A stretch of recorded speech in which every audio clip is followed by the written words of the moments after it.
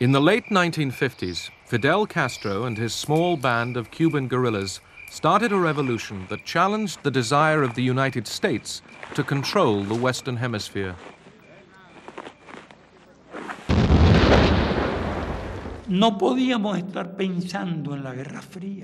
We couldn't think about the Cold War at that time. And besides, we were naive. We really believed there was a certain international order.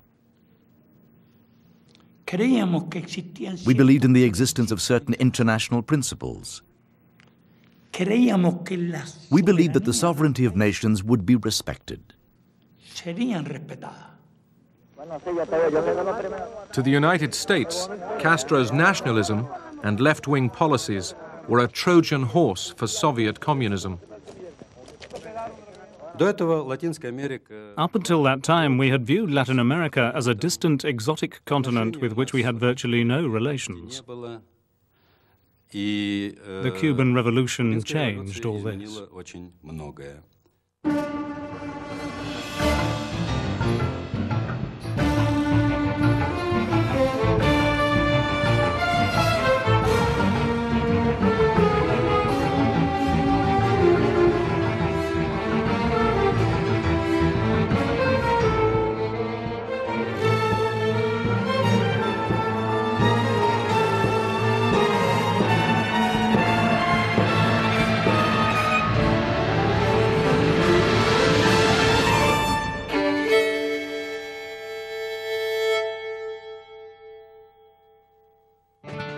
From its birth in 1776, the United States had grown and grown. Where its flag did not fly, its troops or agents often intervened.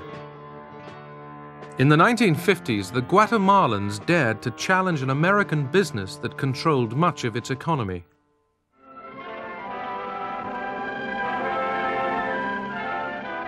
The United Fruit Company of Boston owned 500,000 acres of land, the railroad, the port, and telecommunications. But most Guatemalan peasants found it difficult to survive. In 1950, Jacobo Arbenz was voted president. He wasn't a communist, but some of his close allies were. A former military man, Arbenz sought to modernize Guatemala's backward society.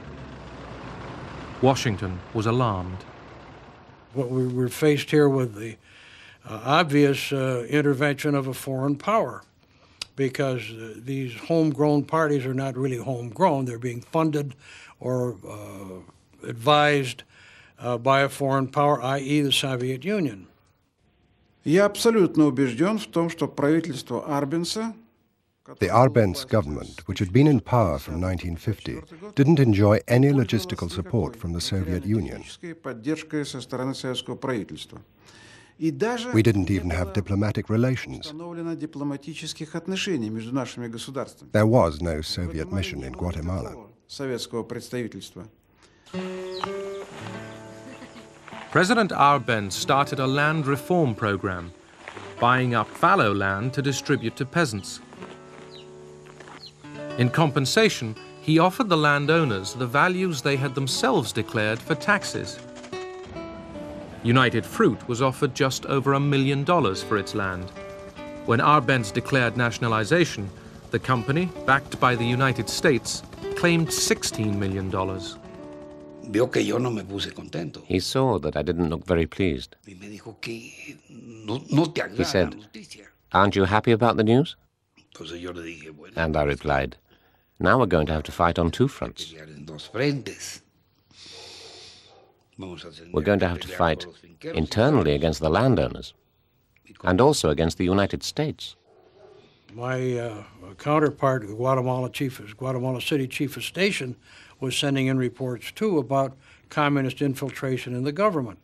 And, of course, he mentioned José Manuel Fortuny and some of the old-time Stalinist communists who were gaining favorable positions in the Arbenz regime.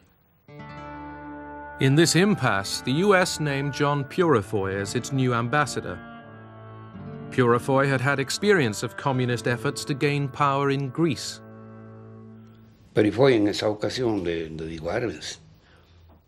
Purifoy said to Arbenz, "Mr. President, we can sort out all this business of the United Fruit Company so that you can come to a satisfactory agreement with them. The United Fruit Company is not the problem. The problem is the communists that you have in your government." Nada menos que John Foster Dulles, no less a figure than John Foster Dulles, head of the State Department, was part of the firm of lawyers acting for the United Fruit Company. His brother Alan was the head of the CIA. So it didn't take much of an effort on their part to persuade their president, a military man, Mr. Eisenhower, to give them the green light to overthrow Arbenz's government.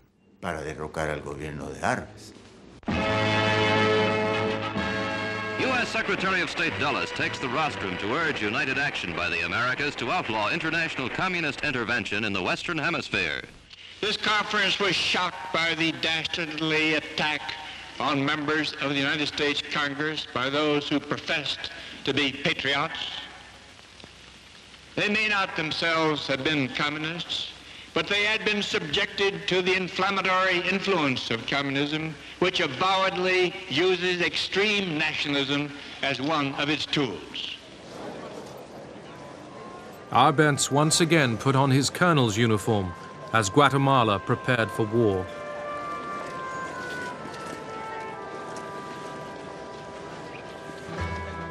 In Esquipulas, an important religious shrine in a very Catholic country, the church helped organize the opposition to Arbenz.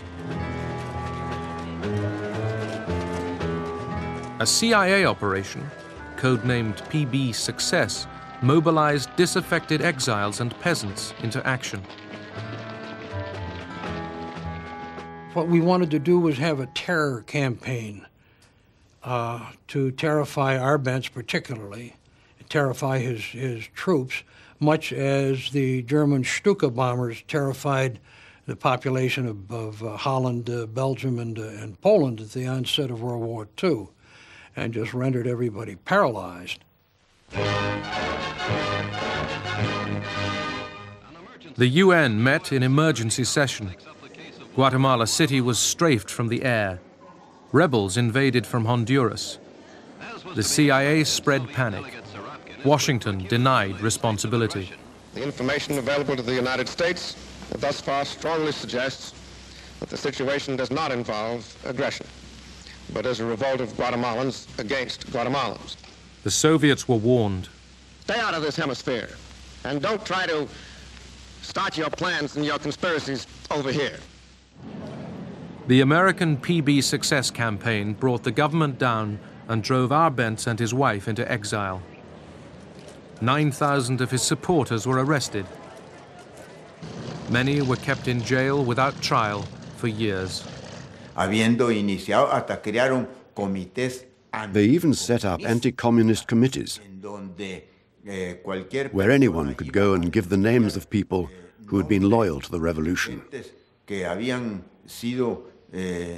people would then be mercilessly kidnapped, killed, and so on. Among those who fled was a young Argentine doctor, Ernesto Che Guevara, who went to Mexico and there met Fidel Castro. I remember my talks with him. He was terribly indignant and embittered by these events, which had interrupted an endeavor which wasn't even radical.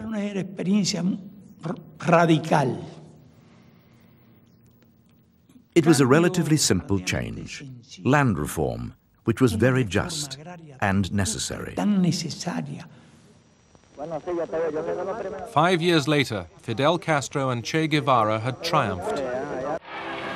90 miles from Florida, in what the United States considered its own backyard, Castro established a regime soon to be allied with the Soviet Union. Let all our neighbors know that we shall join with them to oppose aggression or subversion anywhere in the Americas. and let every other power know that this hemisphere intends to remain the master of its own house. In 1961, John Fitzgerald Kennedy took over the presidency, and with it a CIA scheme to send in an army of exiles to overthrow Castro as they had earlier overthrown Arbenz in Guatemala.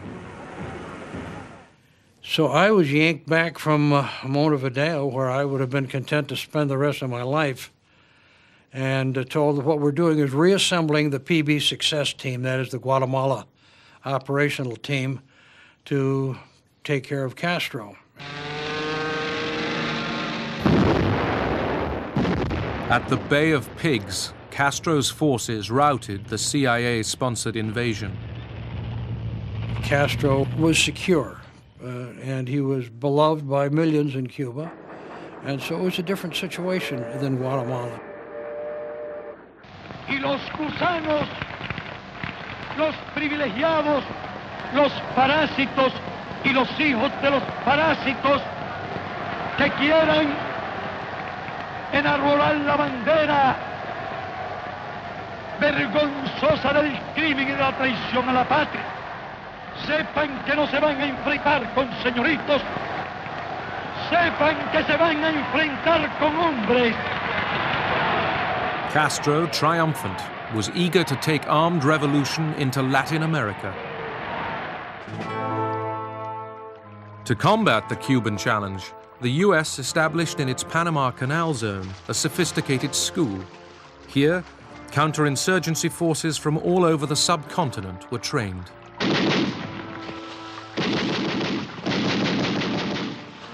By the early 1960s, left-wing revolutionary groups were fighting the authorities in Guatemala, Venezuela, Colombia, Peru, and the Dominican Republic. Marines are ordered into the revolt-torn small island country by President Johnson. 500 Leathernecks are put ashore by helicopter. In 1965, U.S. Marines went in to crush the Dominicans, who were trying to restore their elected president. The American nation cannot, must not, and will not permit the establishment of another communist government in the Western Hemisphere. Если Советский Союз, The Soviet Union, especially after Brezhnev came to power in 1964, adhered to the principle of peaceful coexistence and détente and the relaxation of international tension. But the Cubans had a theory which can be described as, let's have 100 Vietnams. Che Guevara was behind the call for 100 Vietnams. In 1965, he went to the Congo and later to the heart of South America to spread the cause of violent revolution. By late 1967, U.S. instructors were training Bolivian troops in guerrilla warfare. They set a trap for Che Guevara. On more than one occasion, he said, "Our last battle is approaching. We have to prepare for it, and we must be very careful not to be taken prisoner, especially the Cubans." Che Guevara was captured alive. Hours later, he was shot dead. 5 of Guevara's group escaped to the Bolivian capital, La Paz. When we arrived in La Paz, we managed to make contact with Salvador Allende in Chile. He gave us every kind of help. He mobilized his whole party in order to rescue us.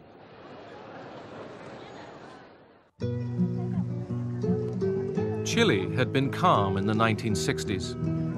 Washington's Alliance for Progress program spent millions of dollars backing Chile's Christian Democrat government. But in 1970, a coalition of the left and the center sought electoral victory. Unidad Popular was led by a doctor, Freemason, and Marxist bon vivant, Senator Salvador Allende.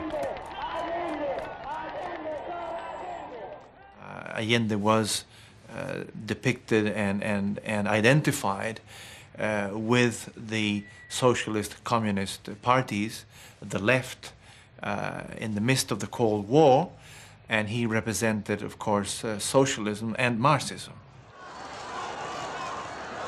Worried that a Marxist would come to power in legitimate elections, U.S. business made its move. I directed that an approach be made to both the State Department and Mr. Kissinger's office to tell them that we had grave concern over the outlook for ITT's investment, and we were desirous of discussing our thoughts in Washington and willing to assist financially in any government plan to help protect private American investment in Chile. The CIA was not far behind. General René Schneider, the popular army commander who defended Allende's constitutional rights, had to be removed from his post.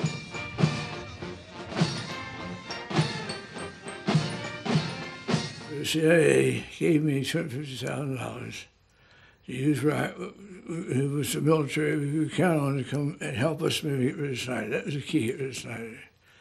Well, I couldn't put my office safe because everybody used the safe, so I kept my riding boots. The money was done up in sausages, like long strips, and I put the money in my riding boot, and no one used it but me. The CIA money dispatched to oust General Schneider wasn't needed. Other plotters assassinated him. The murder shocked the nation. Moderate politicians rallied to Allende and consolidated his election victory. In the shanty towns of Chile, there were high hopes as the newly elected president set out on reform, without, he hoped, outside interference. Que los Estados Unidos tienen que respetar el derecho de los pueblos a desarrollar su economía en la forma que necesita o desea. Allende's first big step, supported by all Chilean political parties, was the nationalization of copper, Chile's biggest industry, still under effective U.S. control. When Salvador Allende nationalized copper, it wasn't an arbitrary measure. He did it to obtain the resources to alleviate the great poverty in our country. Aliviar la gran pobreza en nuestro país. Allende pressed on with what he called his social revolution. School children were given a daily glass of milk. The middle classes were on edge. The fear was basically what would happen to the people, to the families, to the property, to your farms.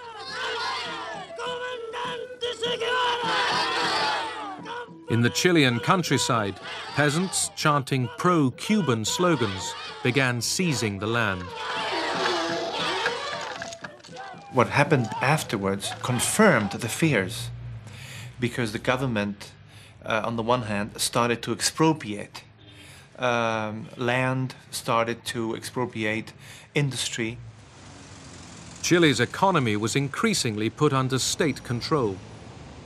This upset foreign financiers and the World Bank in Washington, which cut off credits.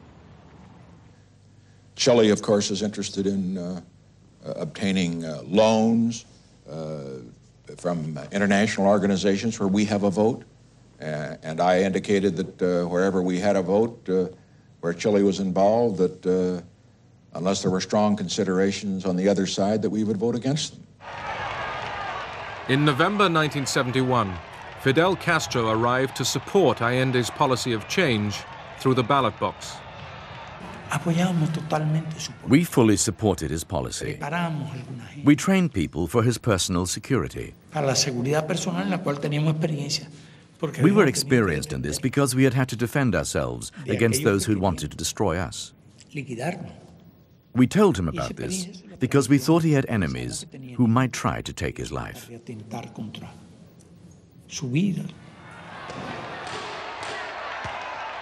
The dangers didn't just come from the right. Castro's Cuban policy of armed revolution found favor with Chile's extreme left. who were hostile to Allende's methods. But most Chileans ignored the call to armed struggle. As inflation mounted, the right attacked economically. CIA money helped pay for Chilean truck owners to bring the country to a standstill. At the UN, Allende accused ITT of trying to provoke a civil war.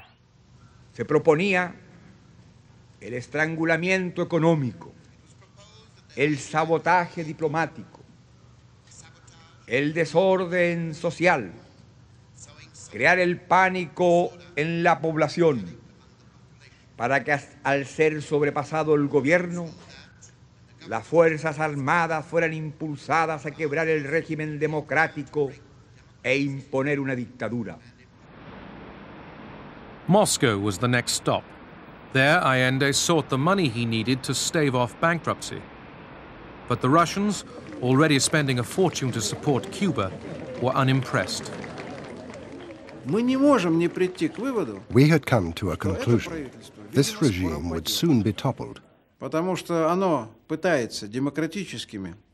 because they were trying through very democratic means, without the use of arms, to break the resistance of stronger opposition forces.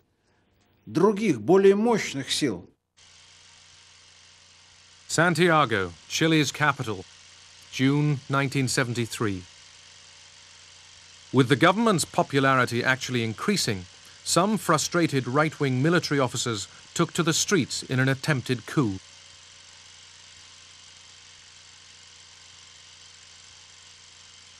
As the world's press recorded the failed takeover, Swedish cameraman Leonardo Henriksson, his camera still running, was gunned down and killed.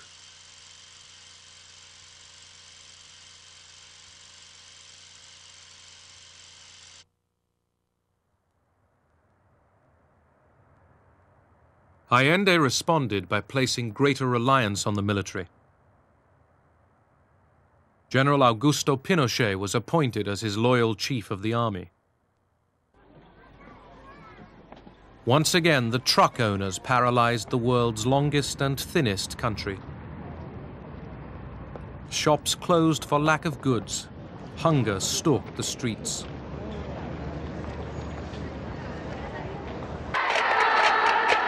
Middle-class housewives came out to bang their pots and pans in protest. The violent right laid their plots. Certainly the situation was getting more and more ominous. And then we did have the possibility of learning something about it, not because we were in touch with the coup plotters. We were not. Just after midday on Tuesday the 11th of September, under orders from General Pinochet, British-made Hunter jets swooped over the Moneda presidential palace, starting fires which were to burn for weeks. My wife and our children were at the house, and they had a marvelous view of these planes winging over and then dipping down and sending their bombs into the Moneda. That morning from the Moneda, Allende had broadcast to the nation. Trabajadores de mi patria, tengo fe en Chile y su destino. Sigan ustedes sabiendo que mucho más temprano que tarde, de nuevo abrirán las grandes alamedas por donde pase el hombre libre para construir una sociedad mejor. ¡Viva Chile! ¡Viva el pueblo! ¡Vivan los trabajadores! Hours later, Allende was dead. He always said that he wouldn't be taken alive, that he would die defending the Constitution. He kept his word. General Pinochet immediately stamped his mark on the country. In the capital, suspects were rounded up into the National Stadium. Many, like folk singer Victor Jara, were never seen alive again. I know that he behaved with great moral courage. I know that he was a sort of source of strength to his fellow prisoners. I know that he sang there. I know that they beat him down. I know that they broke his hands or his wrists. And I know that after 2 days, they killed him off. Muchos no volvieron, tampoco Manuel. The people he got rid of and shot out of the stadium were all bad people. I mean, he was smart enough to know if he was going to do it, you had to do it complete 100%. You just can't go into it half-assed, and do a little bit here, a little bit there. He went in with a lot of force and did it, and straightened it out. When he entered the White House in January 1977, Jimmy Carter promised a new U.S. attitude to the rest of the world. I announced that human rights would be a cornerstone or a foundation of our entire foreign policy. So I officially designated every U.S. ambassador on earth to be my personal human rights representative. In Nicaragua, U.S. ambassadors were used to a different role. In the 1930s, U.S. Marines had put the tyrant Tacho Somoza in power. More than 40 years later, Nicaragua was still ruled by a Somoza. A politically moderate newspaper owner, Pedro Joaquin Chamorro, dared to challenge the dictatorship. So what happened to this person who wanted freedom? Well, they murdered him. Who murdered him? The Somoza forces. Chamorro's murder electrified the cowed people of Nicaragua. Somoza declared a state of siege. The US woke up to popular anger against the super-rich family which had been its ally for more than 4 decades. I have been fighting the East-West ideological war since the inception of Fidel Castro. So we've been under the attack of that Cuban government for almost 18 years. From the hills, where they had been secretly training for years, guerrillas emerged who proudly bore the name of the 1930s anti-Yankee rebel, Sandino.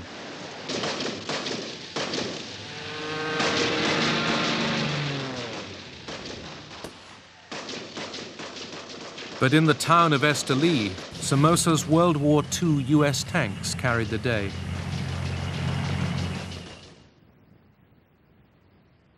"2,000 people died in what became a dead city.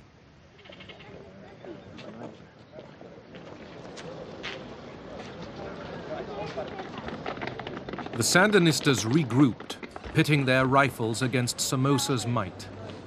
The front now entered the cities and knocked on the door of the capital for the first time in its history.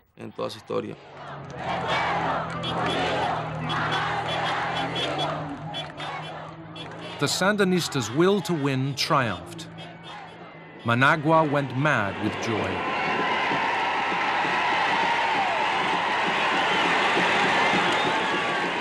Jimmy Carter had left it very late before abandoning the Somozas and accepting the new Sandinista government. I said to Carter, the United States had to make good the historical damage they had inflicted on our country. Our party hymn still includes the words, Yankee, the enemy of humanity. We said to him that the only way to abolish that line would be for the attitude of the imperialist powers to change throughout the world. The US would not be lectured to. The tide of conservatism, which was to bring Ronald Reagan to power, was rising.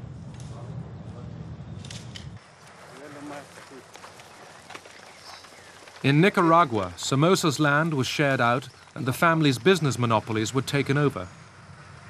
Education and health care became widely available. But not everyone was happy with the revolution. All those who didn't agree with the Sandinista policies were subjected to confiscations and imprisonment. Their lives were threatened. Many were murdered just for disagreeing with the Sandinista front. This sort of thing turned many Nicaraguan peasants against the Sandinistas. In the shadows, opponents of the revolution plotted their revenge.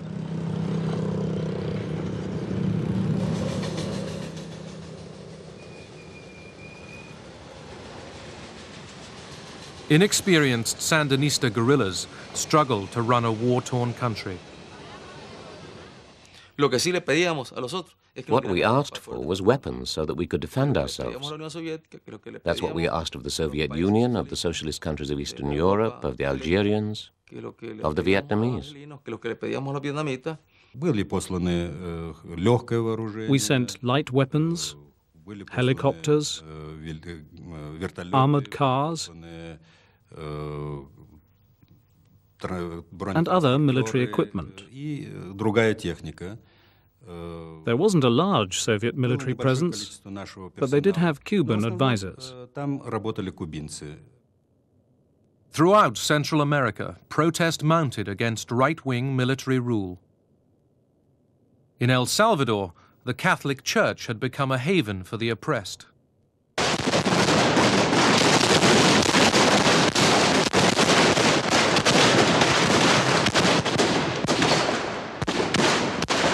On the concrete steps of the cathedral in San Salvador, the military decreed that demonstrators for human rights should be discouraged. Nothing very new for El Salvador. In a massacre in 1932, the military had killed up to 40,000 people. In 1979, the cameras were on hand to record the color of the blood. Archbishop Oscar Romero was the cautious leader of Salvadorian Catholics. When he spoke out, the reaction from the right was immediate. During the last months, the letterbox at the seminary where he had his office was full of anonymous letters practically every day, with death squad emblems on them. There was one death squad called the White Hand. There were many letters written on black paper with the white hand saying, "We are going to kill you. We are going to tear you apart." Todo quedaría resuelto en El Salvador. No habría necesidad de enfrentamientos ni de otras soluciones. La solución es esta: convertirse de corazón todos al Señor. In March 1980, as he was saying Mass in a private chapel, the Archbishop was murdered by a single assassin's bullet.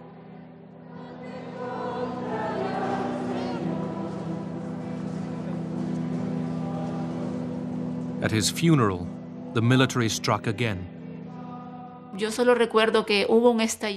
I only remember a bomb exploding, and then many shots being fired, and people running in all directions. It was a disaster. People running, knocking each other down, being hit by bullets. Many, many people were killed.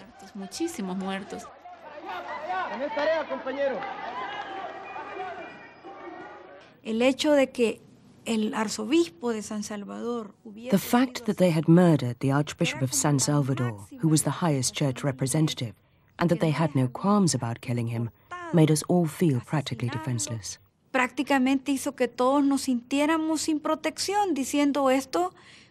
We said, either we take the struggle into the open, to the mountains, or they will kill us all here in the city.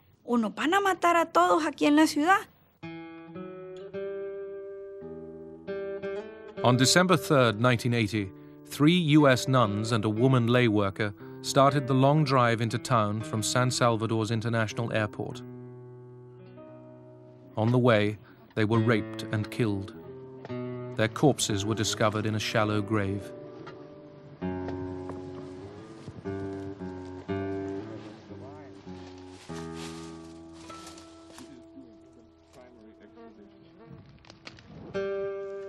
The killings by El Salvador's National Guard prompted President Carter to withdraw aid to the Salvadorian military.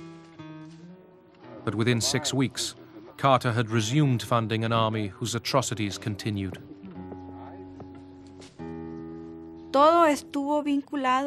Everything consisted of beatings, electric shocks, and rape, and in keeping me naked. As soon as I was taken to the headquarters, I was undressed. My hands and legs were handcuffed. I was blindfolded so that I could not see the faces of my interrogators.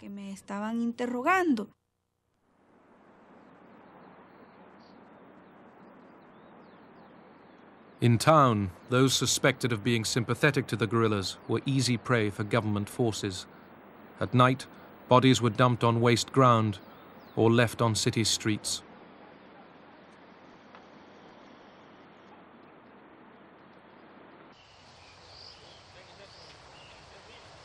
Like the Sandinistas in neighboring Nicaragua, the Salvadorian guerrillas wouldn't give up. The war damage was immense.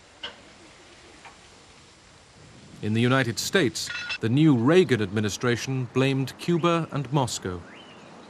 What we are watching is a four-phased operation. Phase one has been completed, the seizure of Nicaragua.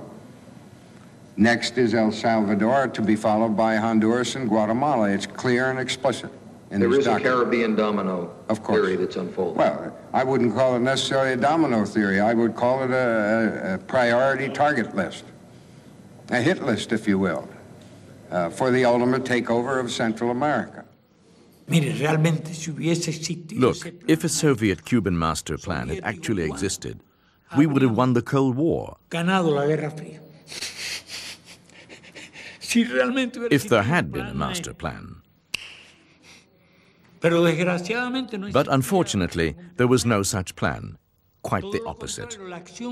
Cuba's actions conflicted with Soviet interests at that time.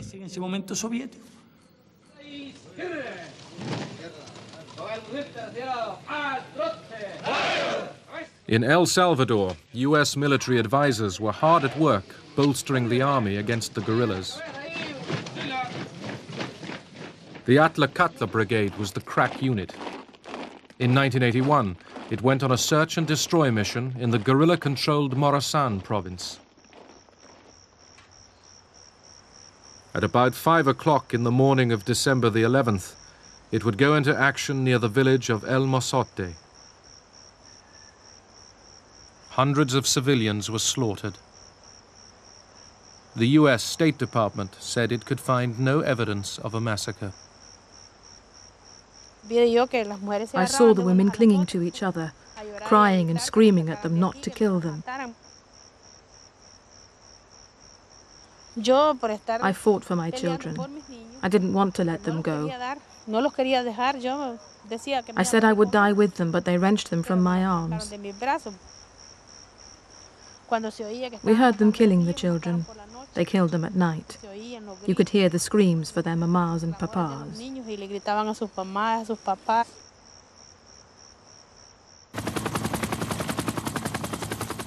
As the Reagan administration moved to shore up the right in El Salvador and bring down the left in Nicaragua, neighboring Honduras became a base for all sorts of U.S. activity.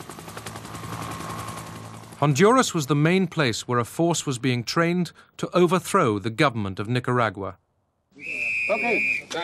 That force was the Contras.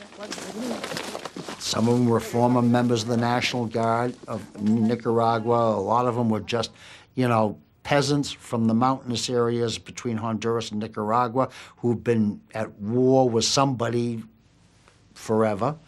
And in many respects, they were like a bunch of cattle rustlers. The Contras were funded from Washington. This undeclared war upset the U.S. Congress. An amendment by Representative Boland of Massachusetts curtailed Reagan's funds for arming the Contras. We are complying with the law, the Boland Amendment, which is the law. We're complying with that fully. And Does that mean we are not arming or supplying any of the dissidents along the border, the Honduran border? I am not going to get in. I could not and would not possibly talk about such things. Washington was planning another small war. On the Caribbean island of Grenada, where the British Queen Elizabeth was still head of state, a left-wing government was using Cuban contractors to build a new tourist airport. The U.S. suspected a strategic motive. In October 1983, when left-wing Prime Minister Maurice Bishop was assassinated by more extreme Marxists, Washington had an invasion plan ready for Reagan's approval. And at 5:15 this morning, a joint force landed at 2 spots on Grenada. There is now firing and combat going on. There have been casualties. The United States hadn't bothered to consult the British Queen or Prime Minister Margaret Thatcher. It was all over in a few days. I basically learned about the invasion of Grenada from the president of Honduras, who called me up to say, "Do you know what's going on?" And I said, "Well, I have an idea, but I don't know for sure."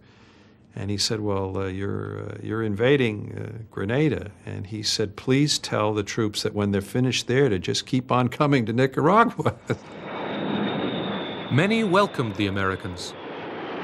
Within 6 weeks, their work done and President Reagan's image enhanced, the U.S. troops left.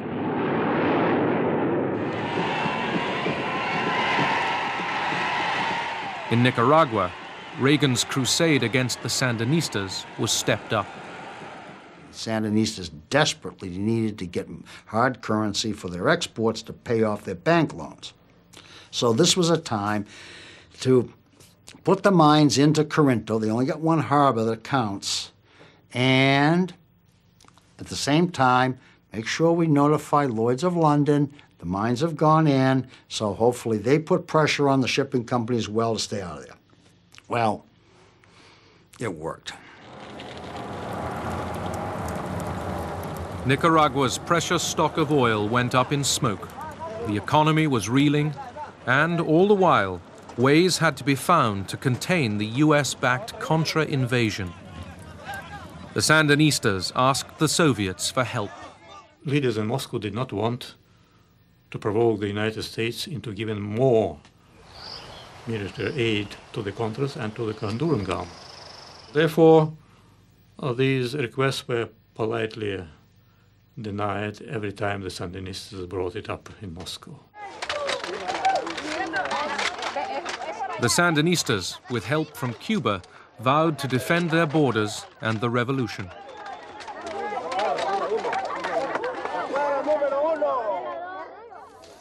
The success of communism in Central America poses the threat that 100 million people from Panama to the open border on our south could come under the control of pro-Soviet regimes. Angry at Reagan's continued support for the Contra War, the U.S. Congress, again led by Representative Boland, voted in October 1984 to deny them any further assistance. With the passage of the Boland Amendment, which ultimately prohibited assistance to the Contras, there was nothing more we could do than to bide our time. To help pay for the continuing bloodshed in Nicaragua, Reagan's men secretly sold arms to Iran. The American dollar and the failures of the armed left crushed Latin American revolutionary dreams.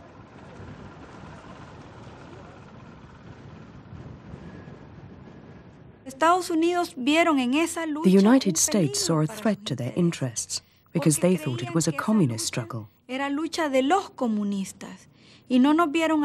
didn't see us as citizens who wanted a democratic country where there was social justice and which offered opportunities to the majority. The